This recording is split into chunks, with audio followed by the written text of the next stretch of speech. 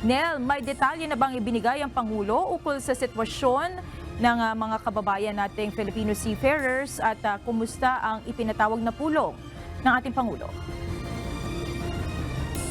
Yes, Monica, hindi idinitalye ni Department of the Interior and Local Government Secretary Benhur Abalos itong sinasabi nga ni Pangulong Ferdinand Marcos Jr. sa kanyang social media post na important developments sa sitwasyon ng 17 Filipino seafarers na nakasamang na hostage sa Red Sea. Ayon kay DILG Secretary Benhur Abalos, sensitibo ang issue at hindi niya maaaring isa-isahin ang development sa pang-hostage ng Houthi armed group sa Galaxy Leader cargo ship. Anything that will be involving our seafarers ay napaka-importante para sa ating Pangulo. Pero at this point, sana maunawaan nyo, hindi ko pwedeng i-discuss kung ano nangyayari because of the sensitive issues tipo rito.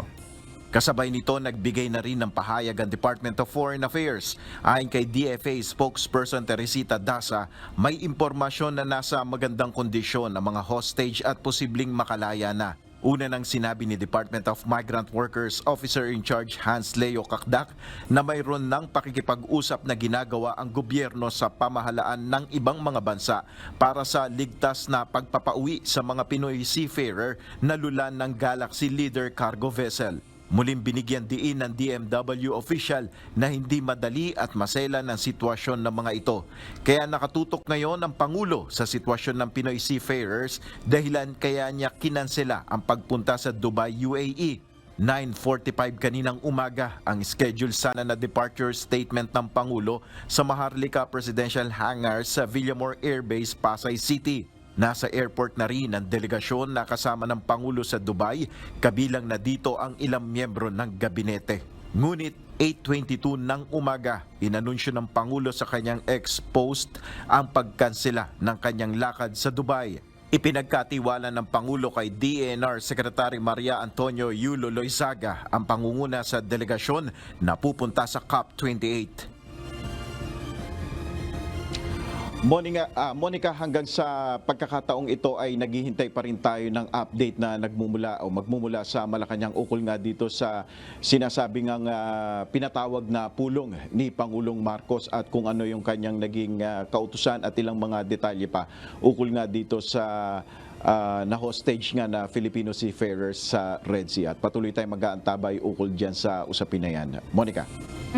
Nel, nitong mga nakaraang araw nabanggit na Malacanang na malaki ang posibilidad na mapakawalan itong 17 nating mga kababayan. Ito ba ay inaasahan natin na mangyayari anytime soon? Yan din yung ating tinanong sa mga cabinet members na nandun kanina sa Villamor Air Base. Nabahagi rin ng delegasyon pero ayaw din nilang magbigay ng impormasyon ukol nga dito sa sitwasyon ng mga Pinoy seafarer dyan sa na-hostage sa Red Sea. Pero isang bagay lang yung ating nalalaman, yung ibinigay na impormasyon ngayon ng Department of Foreign Affairs, halos kasabay din yan nung anunsyo ng Pangulo kanina na kanselasyon ng kanyang trip na sinasabi niya na sinasabi ng DFA na posibilidad nga na base sa kanilang impormasyon ay nasa magandang kondisyon yung ating mga kababayan at posible ngang mapalaya base dun sa initial nga na pahayag ng DFA, Monica. Actually, yung gusto kong susunod na itanong, Nel, paano nakasisiguro na nasa mabuting sitwasyon yung ating mga kababayan? Nagkaroon ba ng pagkakataon na makausap sila o may ebidensya bang nagpapatunay na sila ay nasa maayos ngang kalagayan, Nel? Ang pinangahawakan lang natin ngayon, Monica, yung sinasabi nga ng gobyerno na patuloy ang kanilang pakikipag-ugnayan sa mga iba't ibang bansa, partikular doon sa maaring makatulong dito sa sitwasyon ng ating mga kababayan para matiyak yung kanilang mga kaligtasan. At yan din naman yung sinasabi ng Pangulo na kanyang tututukan itong sitwasyon na ito.